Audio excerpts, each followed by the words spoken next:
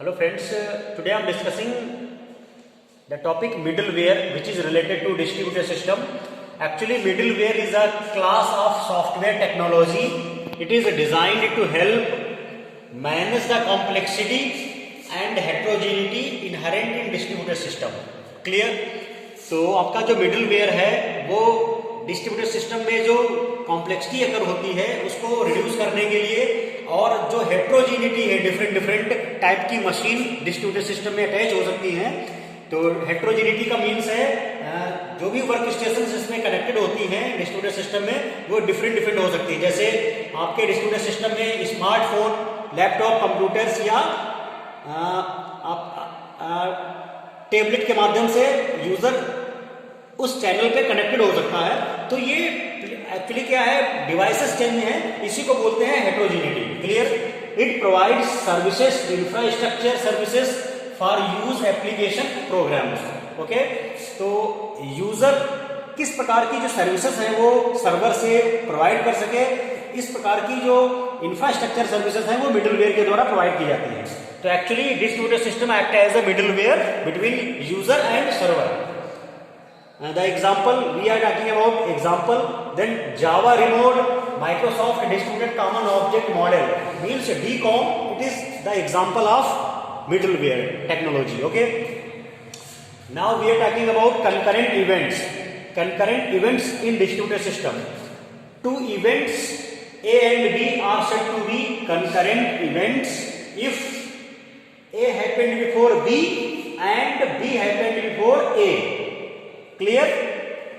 That is, concurrent events do not causally affect to each other.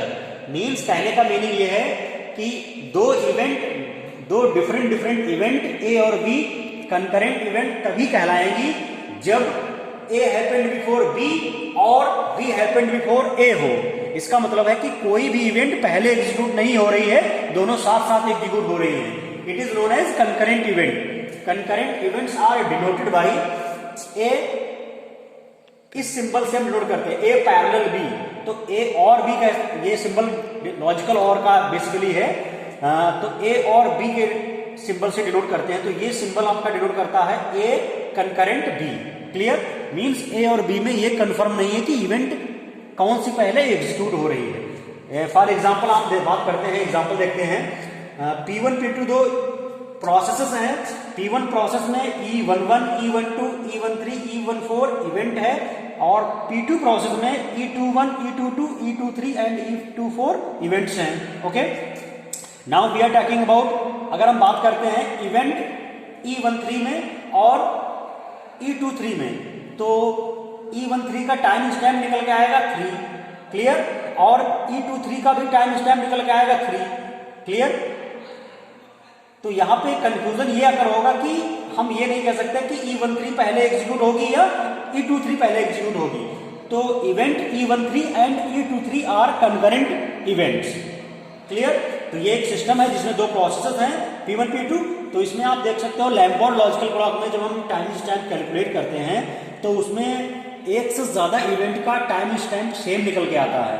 ठीक है? तो वो एक्चुअली जिन इवेंट्स का टाइम स्टैम्प सेम है, that processes are known as, that events are known as concurrent event. Okay, next casually related event. next आपकी है casually related event क्या होती हैं। तो हमने अभी प्रीवियसली बताया आपको concurrent event, इसके बाद है casually related events. events A and B are said to be casually related events if time stamp of A is less than from time stamp of B. You can say clock time of A is less than from clock time of B, or clock time of B is less than from clock time of A. You can say, in other words, time stamp of B is less than from time stamp of A. It means in casually related events we can make ordering. Okay, for example हम देख सकते हैं दो event A और B तभी casually related event कहलाएंगी जब उनमें से किसी एक इवेंट का क्लॉक टाइम कम हो दूसरे से। ठीक है?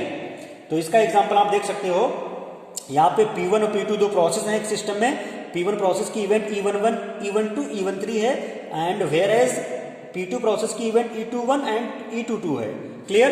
और E11 मैसेज भेज रही है प्रोसेस P2 के इवेंट E22 को, ठीक है। If we are talking about the clock value of E13 event and E12 event, तो E12 इवेंट का क्लॉक टाइम निकल के आएगा 2, आप देख सकते हो। E11 का निकल के आएगा 1 और इसका निकल के आएगा E13 का 3, ठीक है। तो क्लियर आप देख सकते हो इवेंट E12 का क्लॉक टाइम E13 से लेस है। That's why we can say events E12 is causally related to E13। आप देख सकते हो reason, since time stamp T इस टाइम स्टैम्प E12 का लेस है टाइम स्टैम्प ऑफ E13 से, so events E12 and event E13 are causally related. This is your answer. This is the best example which are related to causally related events, okay.